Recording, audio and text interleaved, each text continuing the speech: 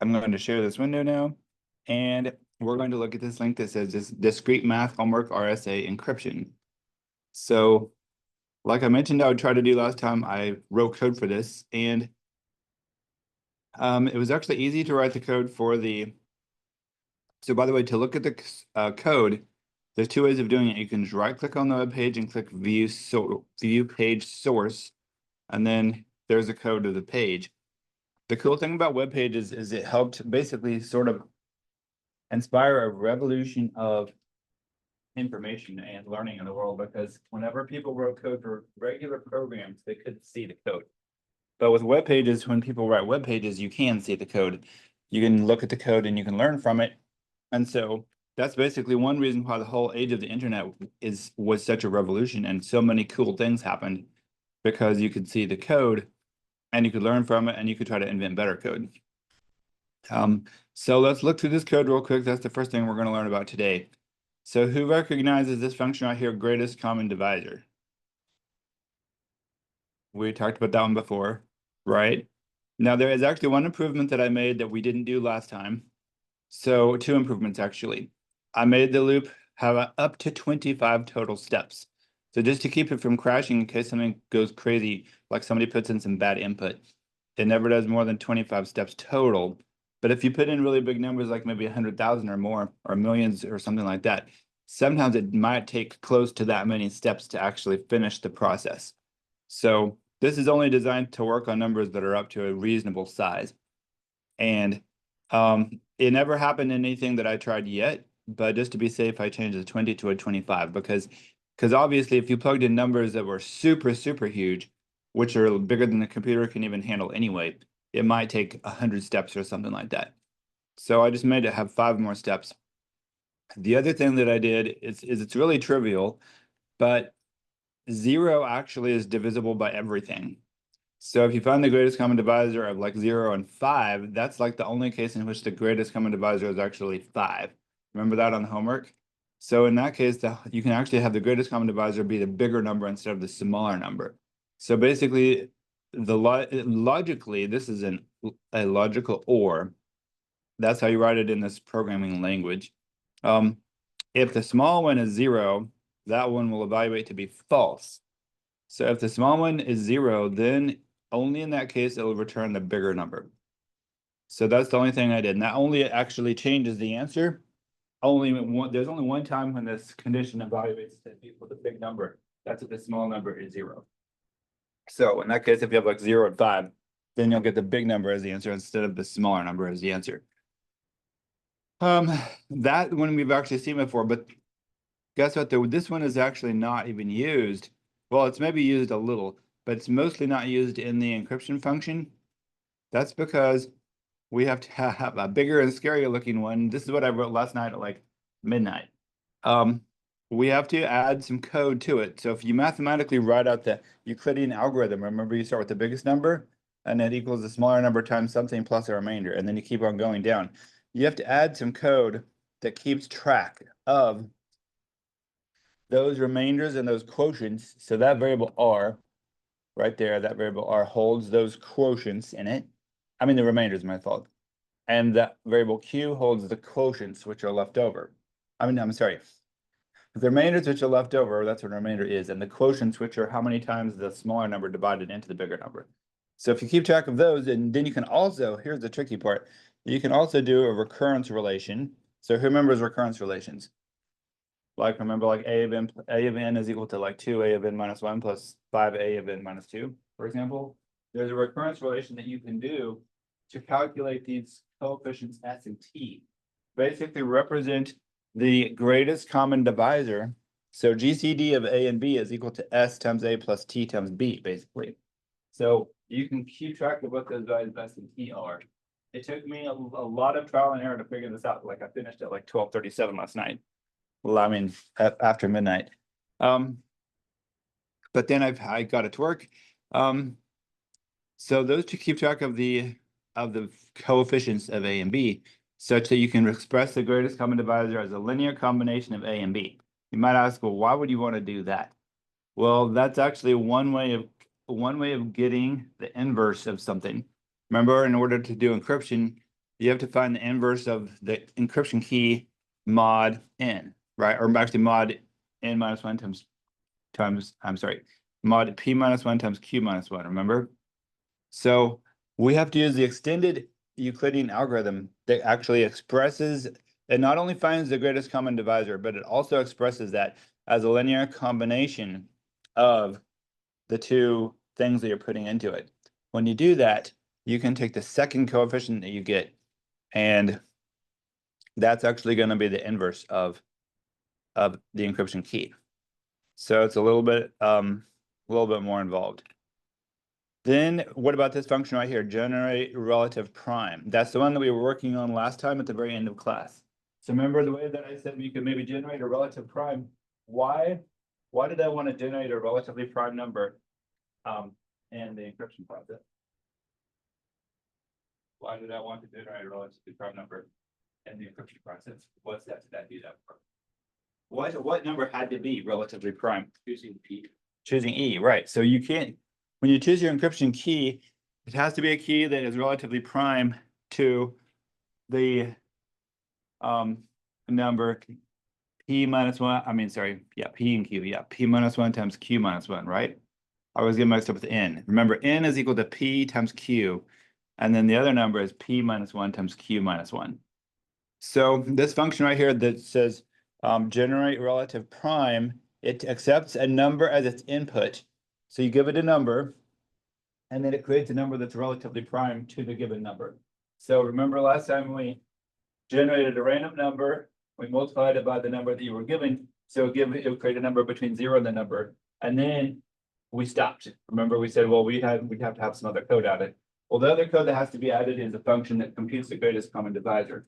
So this checks to see if the greatest common divisor of the encryption key and the given number is equal to 1.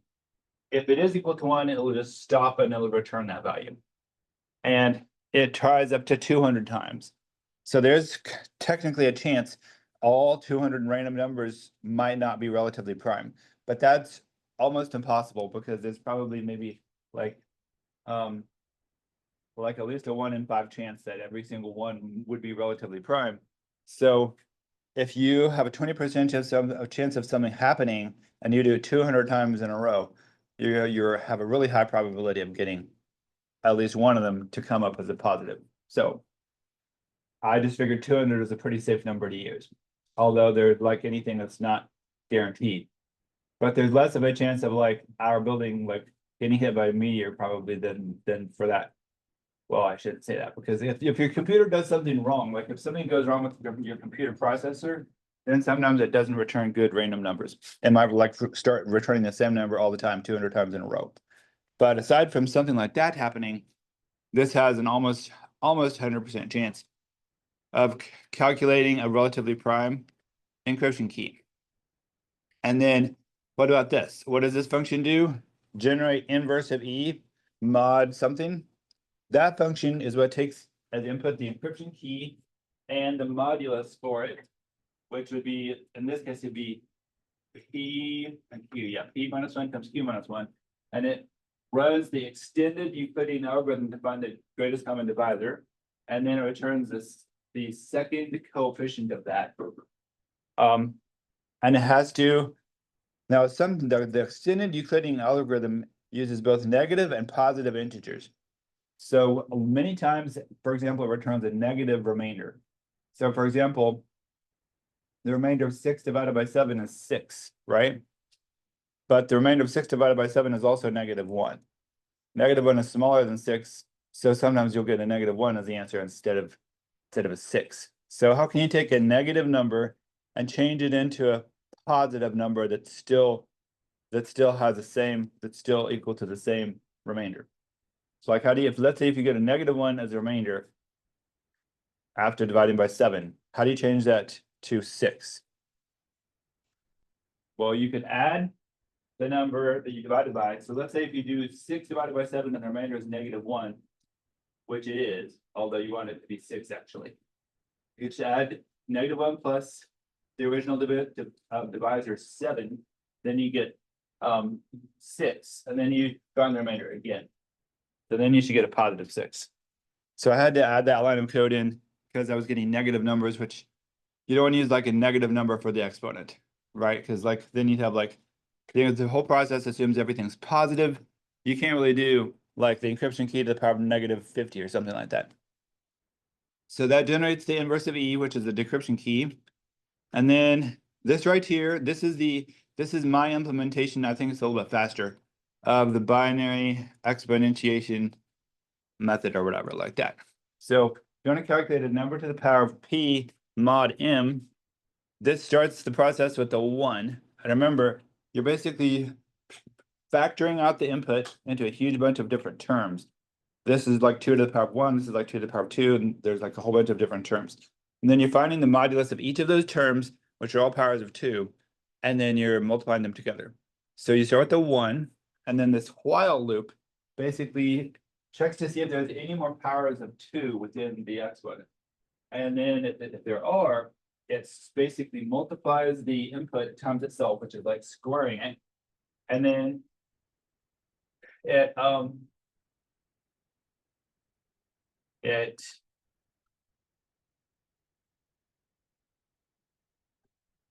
let's think.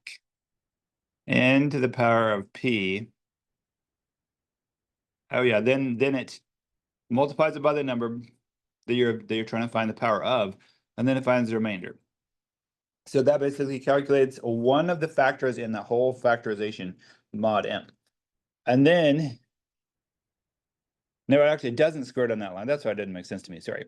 That just basically figures, yeah, that just figures their current value of this product, and then times the next term of the sequence mod M.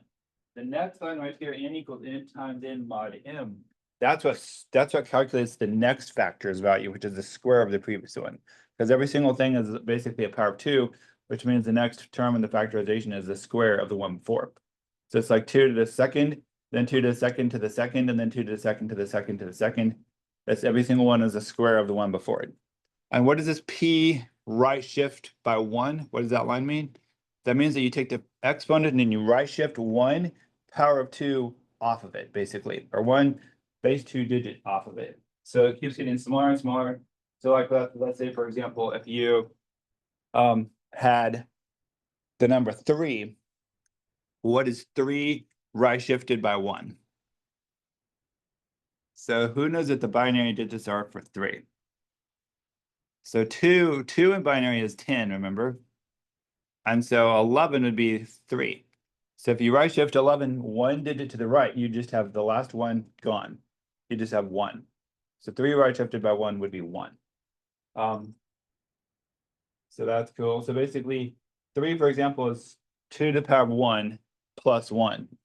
So that's what that does. And then it returns the final value.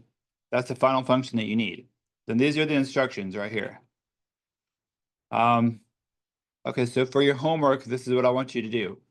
Everything that ends with a semicolon, I want you to choose.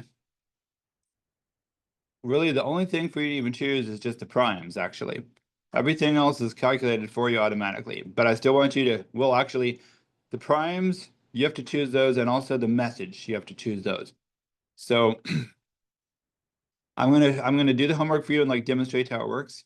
And then I'm going to assign you to do the same thing. Then we're gonna go into one more topic today. Okay, let's go ahead and do it. So by the way, let me stop viewing the code and let me open up. There's another way to view the code, which is to open the developer tools. So you push F12 if you're on Chrome to open the developer tools. If F12 doesn't work, you can also click on the ... and you can go to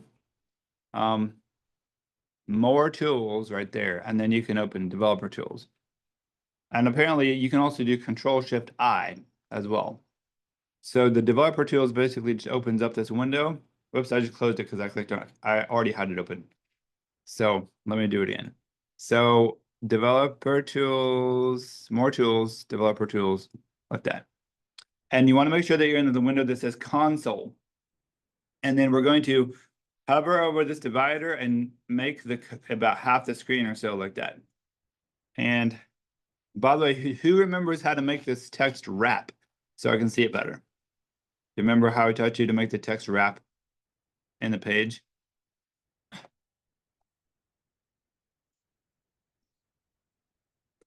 So remember, here's the tag that has that text in it. Joseph Myers, blah, blah, blah, blah, blah, has all that text in it. How do I make the text in that wrap but still stay spaced apart like onto those different lines? So we're working with the white space. So we're going to do edit, and we're going to say the style is equal to white space pre-hyphen wrap. That basically keeps it pre-formatted, but then it wraps it if necessary. So let me just click out of that, and then it'll save that. So now it wraps. It stays pre-formatted, but it wraps instead of just running off the edge of the page. That way you can see it better. You don't actually have to do that because your screen might be a proper size screen that has more space instead of this little screen in the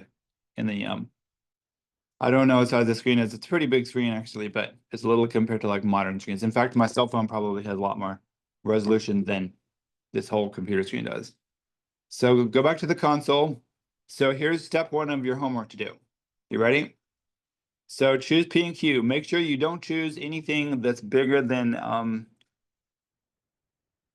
let me think. What should I tell? Okay, choose something between 50 to 100. So let me write this down on my page. So I can, because I can't write it on whiteboard at the same time that I'm sharing it on the screen. So choose P and Q from 50 to 100. Except, can you choose any number from 50 to 100 though? So you have to be educated as you're doing this. Would it work for you to just choose your favorite number from 50 to 100?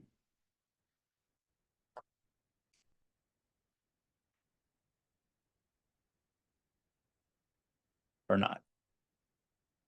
First, right? Then you have to choose. So what's the whole, remember the very first thing I wrote down when I talked about this whole RSA encryption was, first thing you need is two what? Relatively prime. No, I don't even think they have to be relatively prime, but two primes. Yeah, so they have to be prime numbers. So we need to find two prime numbers from 50 to 100 or whatever you wanted them to be, but I'm just going to go with 50 to 100. So how do you find prime numbers? You either know them or you can maybe look on Google for them. So let's just say if I were you, how would I do it? What do you want me to do?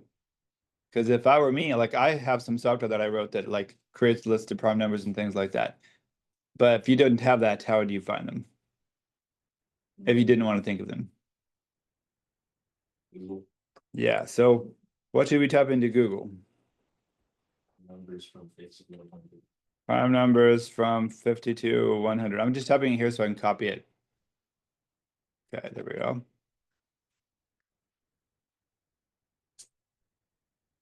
Okay, so that's not a lot of choices. Wow. I'm going to explain it and say 50. Well, I'll keep it simple. So try not to choose the same numbers as anybody else because how many numbers are there? 1, 2, 3, 4, 5, 6, 7, 8, 9, 10. So you have 10 choices for the first one and 10 choices for the second one, right? 10 times 10, that's 100 possible choices. So there is a slight chance that two of you could have the same choices. The thing is, I think the code should work even if you choose like something slightly bigger. Okay, let me just say anything from 50 to 200. Let me try that. 50 to 200. Okay, so there's the prime numbers from 50 to 200, or from 1 to 200. So this is how you can do it. Search for prime numbers from 50 to 200. So I'm going to change my instructions. From 50 to 200. And then, so I'll let one person from this side of the room pick one. So one of you two can pick one, LaShawn or Mercada. From 50 to 200. One of those prime numbers. 151, perfect. That sounds like a good one. That's a palindrome. So P equals 1, palindrome means it's the same forwards and backwards. So P equals 151, and then somebody from this side of the room choose one of the ones from 50 to 100 or whatever you want to choose. 53. 53, okay. Okay, that sounds good. So P equals 151, Q equals 53. All right, perfect. So that's the first step of your homework is number one, choose P and Q. And then you push those. Now you're going to be doing this in this console. So when you're done, I want you to send me a screenshot of what you typed.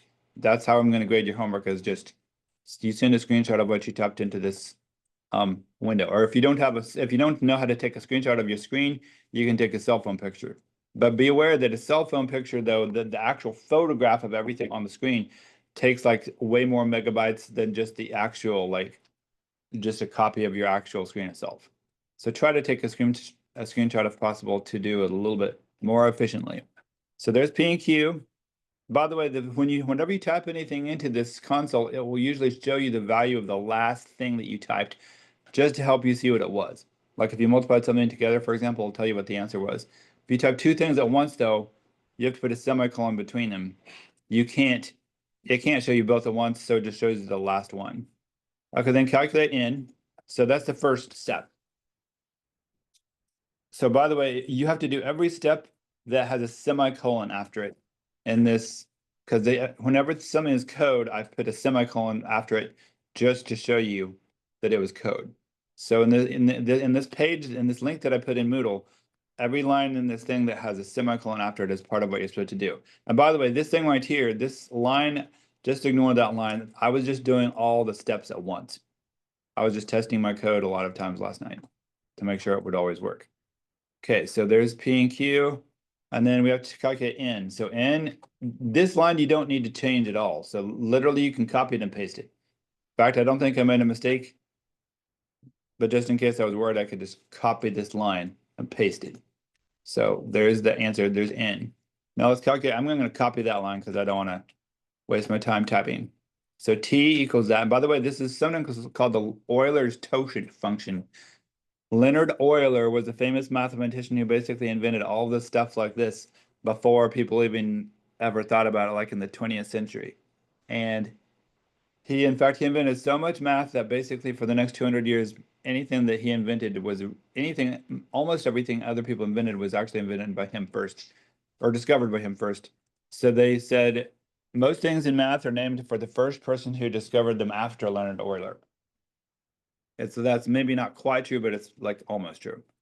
He was like a blind man who had 15 kids, and he like just sat in his house, and he was so smart. He just like took care of his family and everything, and he also just like did math all the time. Wrote down all the things he discovered in his big stack of papers, and it got so high that it took them 50 years to publish all the things he had discovered in math after he died. Isn't that crazy? That's good. I know. He must have been. So I feel like math is like really spatial, like when you start out. Yeah, right. Yeah, it's really inspiring. He must have been really a true genius created by God. So generated an encryption key relatively prime to T. Now, by the way, this thing can be different each time. So like if I run it once, I got 5827. If I run it again, I got 7339. See that? So this is truly actually, now, by the way, have you ever heard of those attacks on computer processors that they're talking about right now that take advantage of the things that in the secure enclave in the chips that it always encrypts something the exact same way each time? Have you heard about that? You haven't read those articles. That's okay. Basically, they encrypt things, but they always do it the same way. They don't randomize the encryption key or whatever else. And so they actually figured out a way to basically just get all the private information inside the secure enclave of the processor in a whole bunch of different chips. Maybe I think it was like millions and millions of Cisco chips or something like that, or Cisco routers, or so it's a very serious issue. So it's probably good not to just choose a first relatively prime number, but a random relatively prime number. Now let's specify the message. So what message do you want me to encrypt? What number? So give me a number that's less than P and Q, because usually P and Q are usually like 300 digits long. So your message that you're trying to assume is something that's like less than 300 digits long. 4. Let's try to think of something a little bit more exciting than 4. Hold on, just saying. Let me write these steps down. So step 1 is choose P and Q. Step 2 is to calculate N. Step 3 is to calculate T. Step 4 is to calculate E. And then step 5 is to choose a message equal to a number from, let's just say a number from, now I think it actually can mean anything that's less than P times Q. Or maybe times less than P times P minus 1 times Q minus 1. So let's just go with a number from 50 to 150. So give me a number from 50 to 150. 79. Okay, 79. Okay, perfect. Good job. There's a message. Now we're going to encrypt the message. All you have to do is just copy this line. Don't worry about typing it out. Encrypt the message. There's a cipher message. So we got 966. That's the encoded message. Now we're going to calculate the decryption key, which is the exponent. Are there everybody paying attention? Keep your eyes on the screen and your ears open. Okay, so decryption key, like that. And by the way, that's some lines that I was doing when I was debugging the code to try to make sure I was keeping track of the coefficients right of the extended Euclidean algorithm. So we're going to have to do the cipher message, which is 966 to the power of 5059, which is going to be a lot. But let's just, hopefully it'll work.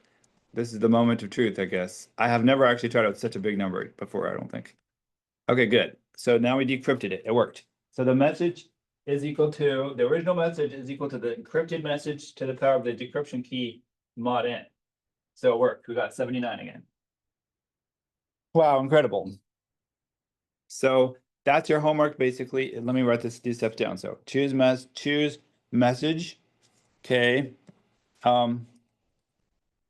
Do the cipher of the message. And then generate the decryption key.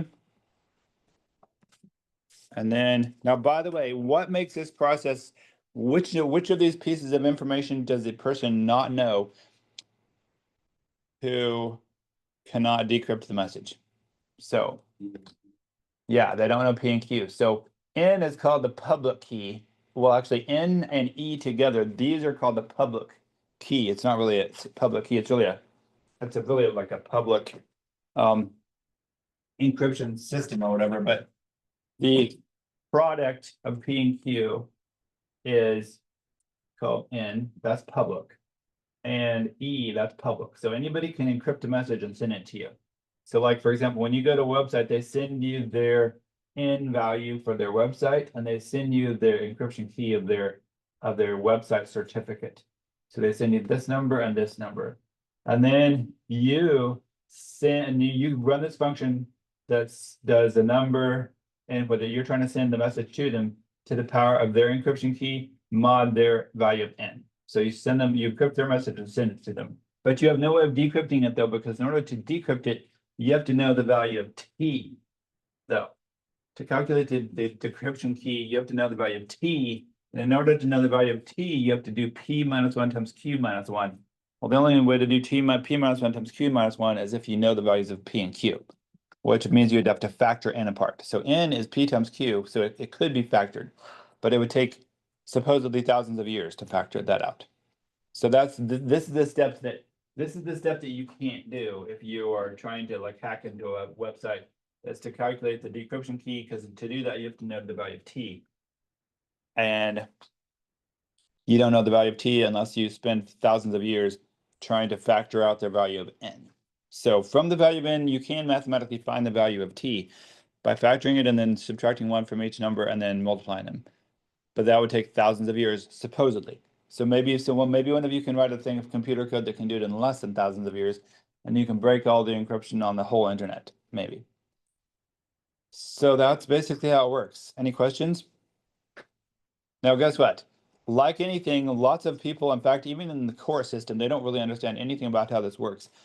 So they've legalized for people to charge hundreds of dollars for running this little line of code right here. Like there's places called Secure Certificate Authorities.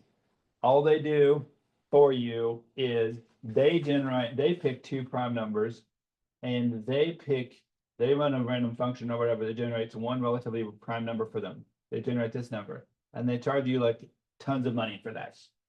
So like, for example, you used to have to pay $80 for like a super secure certificate for your website, which mathematically was nothing except for those two prime numbers and that encryption number. So do you think that it's fair for people to charge that much money for like a computer function that they didn't even write? Like people wrote this back in like the 1970s or whatever. You think it's fair for companies to be allowed to charge hundreds of dollars for that? Probably not. So, but the thing is, they do it anyway, though. But there's also places.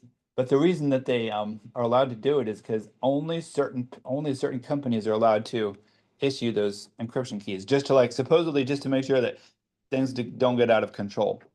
But thankfully, after a while, they lessened the policies somewhat, and you can now get encryption keys that are still like somewhat licensed or whatever for free by places called like Let's Encrypt, for example, like that. So this company provides free prime numbers and free encryption, random encryption keys or whatever for them to more than 700 million websites. Except I think the thing is I don't think this one is like HIPAA certified, probably. I'm not sure, but so now they basically figured out other ways of still having some companies that charge lots of money for it anyway, basically. But I use that because on my websites, I have to use that website because I can't afford to spend like $20 or $70 a year for every single website just to keep it encrypted. Now there is a little bit of overhead, I guess, like that, because I guess the company, although I don't even exactly know what that overhead is, because your server is the one that actually serves the secure certificate and everything like that. So mathematically, that's like paying somebody to multiply numbers together, basically. Any questions about that? So if not, we're going to learn something now called how to prove something using mathematical induction. So that's what comes next. All right, perfect. So let me stop sharing this window. Perfect.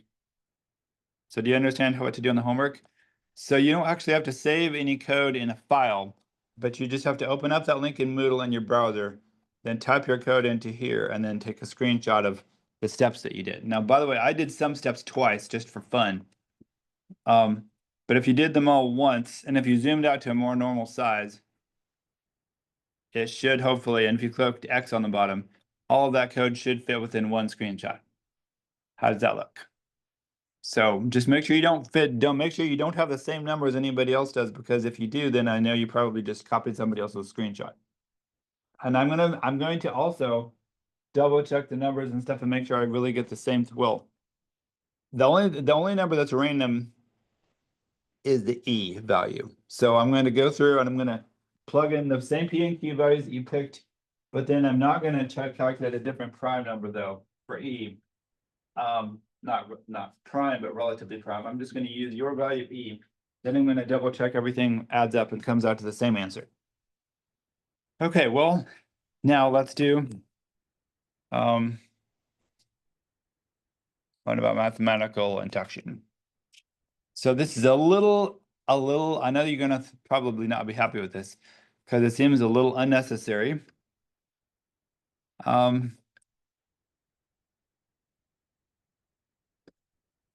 they're fronting.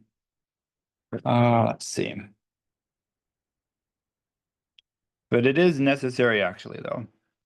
It may not be necessary on this one because we know this one logically is true without having to prove it. But who remembers how we found how to add the numbers 1 through 100? Do you remember how we did it? We wrote the numbers. Yeah, we wrote the numbers 1 through 100, and then we wrote the same numbers backwards, right? 100 plus 99 plus ... And what did we notice if we added 1 through 100 forwards and then backwards? What did we notice? Every single term in that series adds up to 101, right? 2 plus 99, it's also 101, etc., right? So if you take the number 101 and add it together 100 times, it'll equal 100 times 101, right? So 101 plus 101 plus 101, 100 times total would equal 100 times 101. That makes perfect logical sense. There's really nothing, there aren't any logical gaps in that logic. So therefore, since 1 plus 1 plus 2 through 100 obviously equal the same value as that value does, that means that 101 equals 2 times as much as what it would equal if you just added 1 through 100 one time. So basically, if x equals the numbers from 1 through 100 added together, then 100 times 101 would equal 2x. So then 100 times 101 divided by 2 would equal the original total of just 1 through 100 without doing them backwards as well, right? So who remembers that formula? So how do you generalize that formula to add up any number from 1 through n? What's the total of anything from 1 plus 2 plus all the way through the number n? N plus 1 over 2. Yep, exactly. So we're going to learn how to prove that that's true without just like using like a visual type of logical way of doing it. So here is how proof by induction works. Now there's some things that you do not have any visual or logical proof except for proof by induction. So that's why it's important. So I'm going to label this thing right here, proof by induction. And it's actually pretty easy to understand. So just make sure you, as long as you pay attention. So remember when in the very first week of class, we learned about something called propositions. And we learned about how you can put like a number in the proposition, like P of K or whatever. So we're going to say let the proposition P of N be defined as the statement. So the proposition P of N is defined that the statement 1 plus 2 plus ... through n is equal to n times n plus 1 divided by 2. So first of all, the first step is to define your proposition. So define your proposition.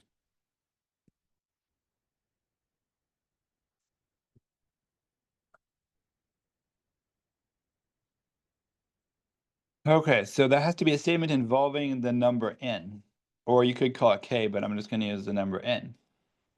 So that's the first rule. So the second step, so that's step 1. The second step is to verify that the proposition is true the first time. The first time. So this depends on what you define as the first time. So for us, since we're starting with 1, the first time would be P of 1. Some propositions you don't need to prove that if it doesn't even involve 1, it maybe involves prime numbers, for example. So then you start with P of 2, for example. Or well, that doesn't make sense exactly, but anyway, like some propositions might start at like 7 or 10, but usually they start, well, usually it's kind of a vague word, but most of the time it just starts from 1 and goes to 2 and goes to 3. So the first time just means whenever it starts, the first time. So for us, the first time the statement is true, the first time we want it to be true is P of 1.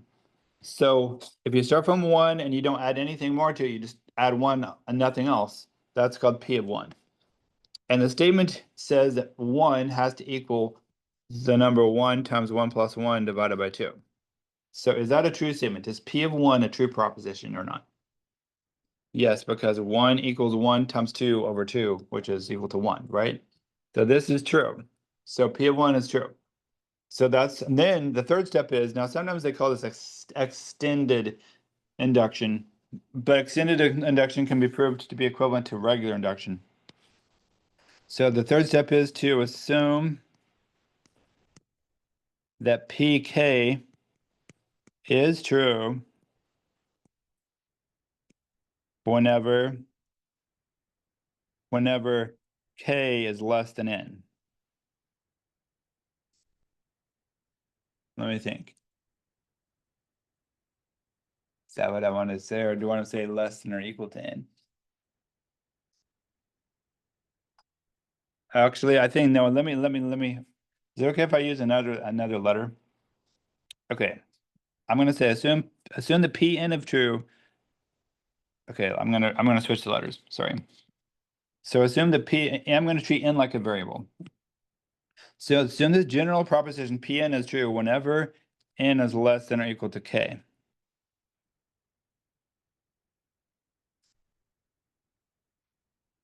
Okay, how does that sound? So k is basically a constant. So we're gonna assume the pk is true. Period. How do you assume something is true? That basically just means you write it down. So you write it down. So you say 1 plus 2 plus dot dot dot through plus k is equal to k times k plus 1 over 2. So that's what it means to assume the p of n is true whenever n is greater less than or equal to k, which basically is saying n is less than or equal to k.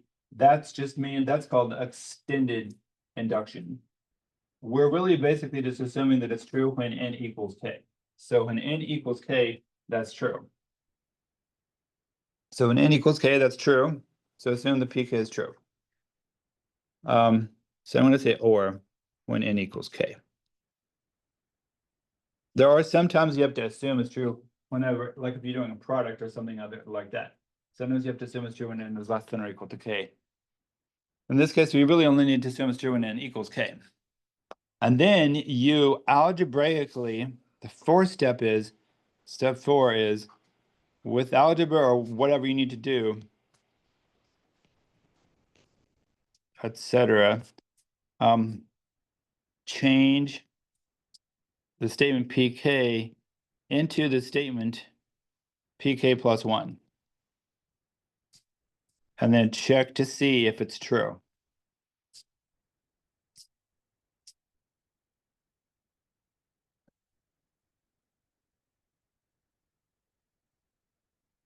Actually, no, you don't actually need to check to see if it's true, because algebra, everything you do in algebra is always true, right? As long as you do algebra properly. So if you just work with that with algebra, and you change p of k into pk plus 1, that actually means it's true. So if it happens with algebra or whatever, if it happens, then pk plus 1 is actually true.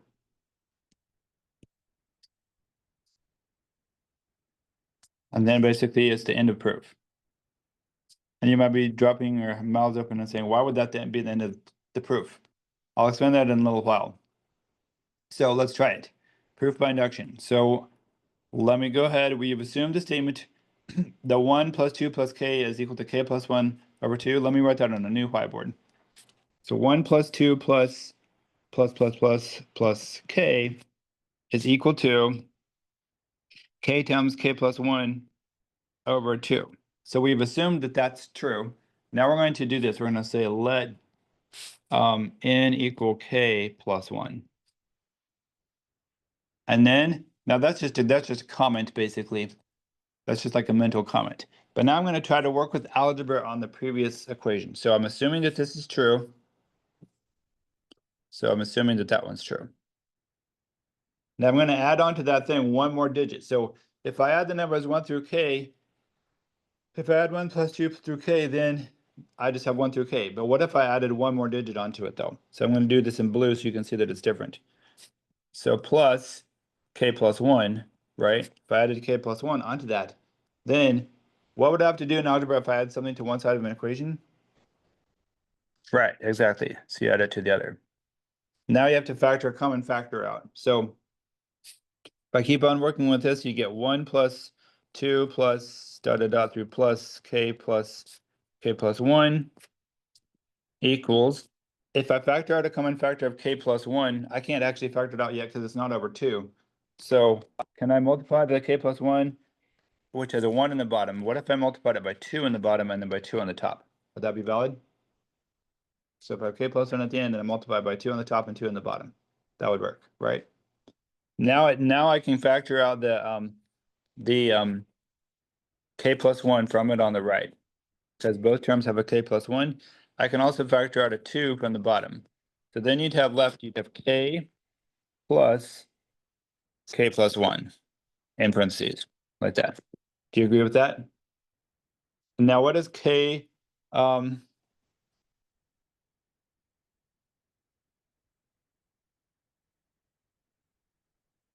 me make sure I'm doing this right. K plus 1 over 2 times k plus. Oh no, actually, I factored out the k plus 1 on the right. My fault. Sorry. So what's left on the top of the right, actually? Sorry, that's actually a mistake.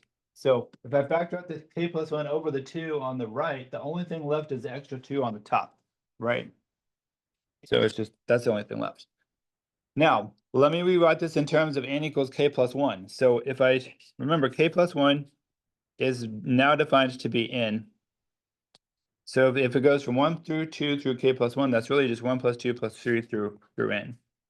And then on the right, remember k plus 1 is n, so that's actually n over 2. What would k plus 2 be? That would actually be n plus 1, right? So 1 plus 2 through plus n is equal to n times n plus 1 over 2, right? So what this means that if you assume, oh, by the way, does anybody recognize the formula 1 through n equals n times n plus 1 over 2? Do you recognize that? That's the original statement. So this statement is actually equal to, this equals the statement P of n, right? So this means that anytime you assume, if you assume that P of k is true, then P of k plus 1, which equals P of n, is also true, right? And then the proof is done. So proof complete. Now, why would the proof be complete because of that? I'll explain. It's because of what they call the well-ordering properties of natural numbers. So this means, so we already know at the beginning of the proof that P of 1, sorry, my pencil is freezing for some reason. Oh, it's coming loose. Sorry, my fault. We already know that P of 1 is true because we wrote down P of 1 at the beginning of the proof, right? We know P of 1 is true. But now we know that whenever P of k, anytime we assume the P of k is true, we always know that P of k plus 1 is also true. So if we know that P of 1 is true, we have actually proven that that means that P of 2 is true. And what do we know about natural numbers? As always, the next one comes next, right? So whenever P of 2 is true, that means the statement for P of 3 is also true. Because whenever you assume that P of k is true, then you can algebraically add on k plus 1 onto it, and then it always comes out to prove that the next one is also true because P of n is true, right? So P of k always implies P of k plus 1 also. So therefore P of 3 implies P of 4 also, and P of 4 implies P of 5. That implies everything to infinity. So that's all. That's just your introduction to induction. I'll probably assign you an induction problem over the weekend, and I can post that ahead of time in case you need it. Okay, so any questions about this? So remember, your homework to turn in on Monday is to submit a screenshot of that thing, encrypting something and picking numbers from 50 to 100 for P and Q. And by the way, I'm just going to give a comment. Don't choose the same ones. It probably would work. Just choose something different though for P and Q. Calculate and then calculate in from it, TE, and then choose a message from 50 to 150, and then code it and then decode it. What was your question? On the very top right, what about 217? That's because you can't add to something that doesn't have the same denominator. So it was just k plus 1 at first, but k plus 1 does not have a denominator, so you have to multiply the denominator by 2 and then multiply the top by 2. That's just called getting a common denominator. Yeah. Okay, so let me do attendance real quick, by the way, before you walk out.